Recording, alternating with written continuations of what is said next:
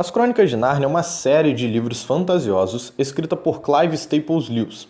C.S. Lewis, como é mais conhecido, foi um teólogo irlandês que escreveu diversos livros, tais como As Crônicas de Nárnia e Cristianismo Puro e Simples.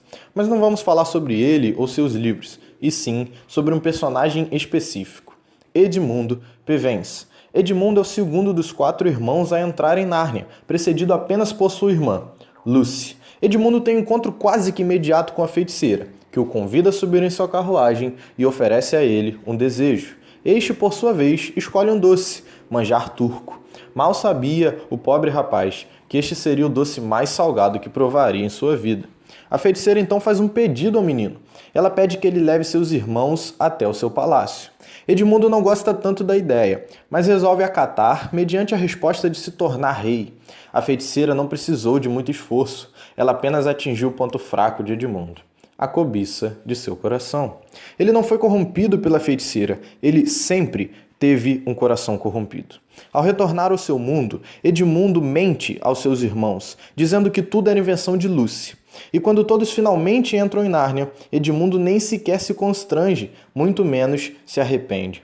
Sua primeira oportunidade, sorrateiramente, se isola de seus irmãos e vai até o castelo da feiticeira. Ao chegar, porém, não é tratado como um rei, mas sim um escravo. É aprisionado em uma cela fria. Saltando um pouco na história, chegamos até Aslan, o leão, o verdadeiro senhor de Nárnia. Aslan questiona os irmãos quanto ao paradeiro do quarto. Neste momento, ele descobre não só sua localização, como também a sua traição. O leão, porém, não decide matar, excluir ou ignorar o menino. Ele decide salvá-lo. Sim, salvar um traidor. Mas de acordo com as leis de Nárnia, um traidor pertencia à feiticeira. Aslan então faz a única coisa que poderia ser feita. Ele resolve morrer no lugar de Edmundo. Morrer no lugar de um traidor. A feiticeira aceita sua proposta e mata Aslan na mesa de pedra, no lugar onde Edmundo deveria morrer. Mas, para surpresa da feiticeira, o leão ressuscita. Afinal, a lei de Nárnia dizia que se um inocente for morto voluntariamente no lugar de um culpado na mesa de pedra, a mesa quebraria e a morte andaria para trás. Aslan retorna com toda a sua majestade e derrota a feiticeira. Após a paz ser restaurada, Aslan coroa os 4 irmãos como reis de Nárnia. Pedro é chamado de O Magnífico, Susana, a Gentil, Lúcia, a Destemida e Edmundo, bem, Edmundo é chamado de O Justo. Um traidor, iníquo, corrupto, desejoso em fazer o mal, é chamado de Justo. Edmundo, embora já arrependido, não seria capaz de fazer nada para receber o título de justo. Ele merecia morrer naquela pedra, como pagamento pelos seus pecados, e ainda assim não seria suficiente para pagar seus erros. Por isso Aslan, o majestoso leão, livre de toda culpa, morreu em seu lugar. Aslan representa Jesus. Jesus, o Cristo, vestido de poder e glória, com toda a sua honra, com toda a sua majestade, com toda a sua beleza, transbordando de graça, livre de toda culpa, imaculado, sem pecado, morreu em nosso lugar para nos dar vida. Aslan, assim como Jesus, realiza um sacrifício substitutivo no lugar de um pecador. E Edmundo? Bem, Edmundo somos nós. Edmundo somos todos nós. Outrora iníquos, outrora injustos, outrora traidores, outrora adúlteros, outrora desejosos em fazer o mal. Temos todos os tipos de pecado dentro de nós e desejamos sempre errar contra Deus. Mas Deus, em sua infinita bondade, deu seu Filho, aquele, o único que poderia morrer em nosso lugar, para nos dar vida.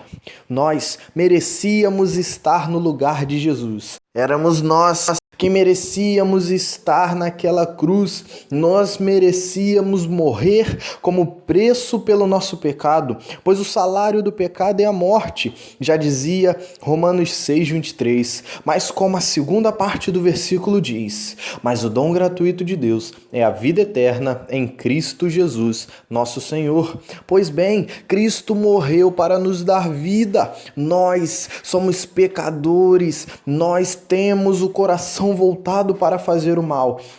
Assim como Edmundo, nós trairíamos nossos irmãos se tivéssemos no lugar de Adão, naquele momento no jardim do Éden, onde ele resolve comer o fruto. Teríamos feito o mesmo, teríamos comido também o fruto. Se estivéssemos na crucificação de Jesus, presentes na crucificação, teríamos também cuspido em Jesus, teríamos açoitado Jesus, teríamos achacado ele, teríamos humilhado ele, pois nós somos corrompidos, nosso coração é corrupto e mesmo assim, mesmo Deus sabendo disso, ele envia seu filho e o seu filho morre por nós. Jesus sofreu todos os tipos de coisas, das piores. Ele foi açoitado, cuspido, ele foi humilhado. Jesus Cristo, ele sofreu tudo isso para que pudéssemos ter vida diante dele, vida com Deus, vida eterna.